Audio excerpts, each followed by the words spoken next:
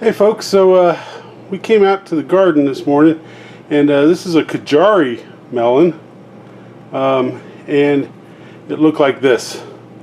It was in a little bag here, but it basically exploded on itself. It's not eaten, it's not chewed open or anything by raccoons or nothing like that. It's just exploded. Now, we had a bunch of rain yesterday because of Tropical Storm Laura moving through, because it's the end of August here 2020, but it just literally popped open. Kind of reminds me of that plant from Little Shop of Horrors or something. But anyway, thought it was interesting. Thought we'd share that with you. It's obviously ripe. I don't know if these things are meant to do this.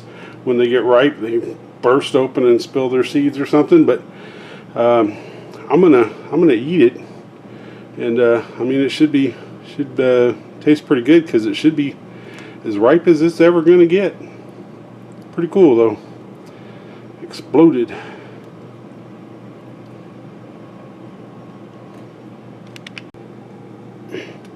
Cuts really easy.